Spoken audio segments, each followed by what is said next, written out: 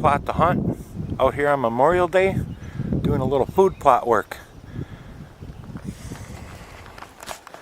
I plowed this up and dissed it the other day, and I started plowing this. Ended up raining, so I got to go through and disc it quite a bit. I was in a hurry and I did not get all the long grass off it before I ran the plow through, so that's why it looks like that. But I did break the ground. It was very hard otherwise. We just had about an inch of rain, and if you look down here, there's another spot I plowed up the other day. Also had the rain, so I'm going to work on tilling that up. The barn there, it is a good barn. There is no animals in there right now, and what we're going to do is that little window up there, we're going to make Gloria a little spot to sit so she can overlook that food plot. I'm going to bring that food plot closer to the barn yet. And to get all of this done, granted I'm a little bit more fortunate than most, where I do have use of a tractor. It's not much of a tractor, just an old 8N. A borrowed disc. There is PTO on the tractor, but if any of you are familiar with the 8Ns, they are a live PTO. What that means is, in order for the PTO to turn, you got to have the clutch out. So that rules out a rototiller as far as with the gearing of the tractor plus that live PTO. In order to get it up to RPMs for a rototiller, the tractor would be just cruising through. I'd be flying way too fast and wouldn't accomplish much of anything. So we're going to do our best to get things done here. As you can tell, it's still a bit soft. There were the tracks I made just coming up here. Show you a little bit about that spot. And of course, there's a food plot down there. Putting one up here on this hill. We got a big rock pile, and then up from there is the woods. I'm going to try to make little trails through here. It's very rocky in there, believe it or not. I might try to do like a little food plot video on working with rocky terrain. As you can see, there are some big rocks up here.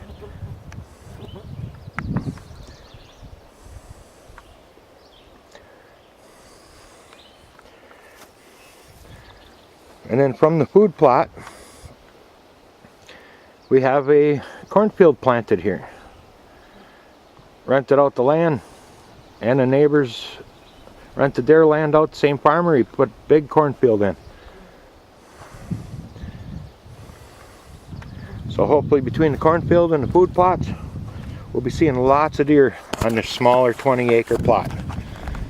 You know, and that's 20 acres with the house, barn, shed, everything. So when it's all said and done, heck, it probably only leaves us with maybe 15 acres of hunting ground, and that's even considering hunting close to the house and the barn.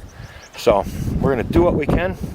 We do have a few more properties that we can hunt on and also plant some food plots on, and I will be taking videos of them as long as I can.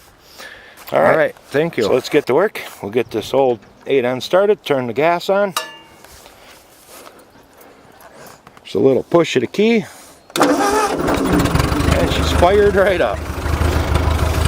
Not bad for a tractor that's older than me.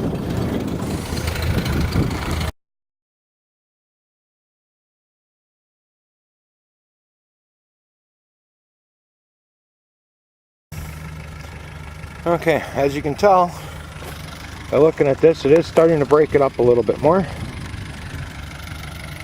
Starting to get to be more and more like that side. I'll just have to come in here and rake this area, see what sprouts up, kill any weed growth, disc it up again. We should be pretty close to ready for planting then. Not sure what I'm going to plant in this field yet. I do know I want some clover. I also want some sugar beets, radishes, stuff like that. Something to carry them through not only the beginning of the season, but all the way into winter, maybe even possibly through winter if I can clear enough area up here. Because as you can tell, we are in rock country here. I mean, they had cleared out the field a little bit where I'm discing and everything. And that's some of the rocks. I mean, there's rocks all over the place, so as you can tell. I mean, then that's just the ones you can see above the grass. The grass is about a foot tall. I mean, lots of rocks underneath there.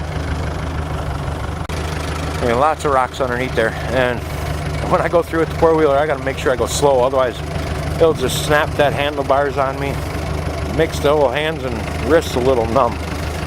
So, like I said, we're gonna do what we can do. And we're already getting a buck on trail camera. We're starting to grow his antlers. They're about this tall so far. Coming out really nice. They look nice and thick. So he may be one of the really nice ones around here. So all I gotta say is it's gonna be fun.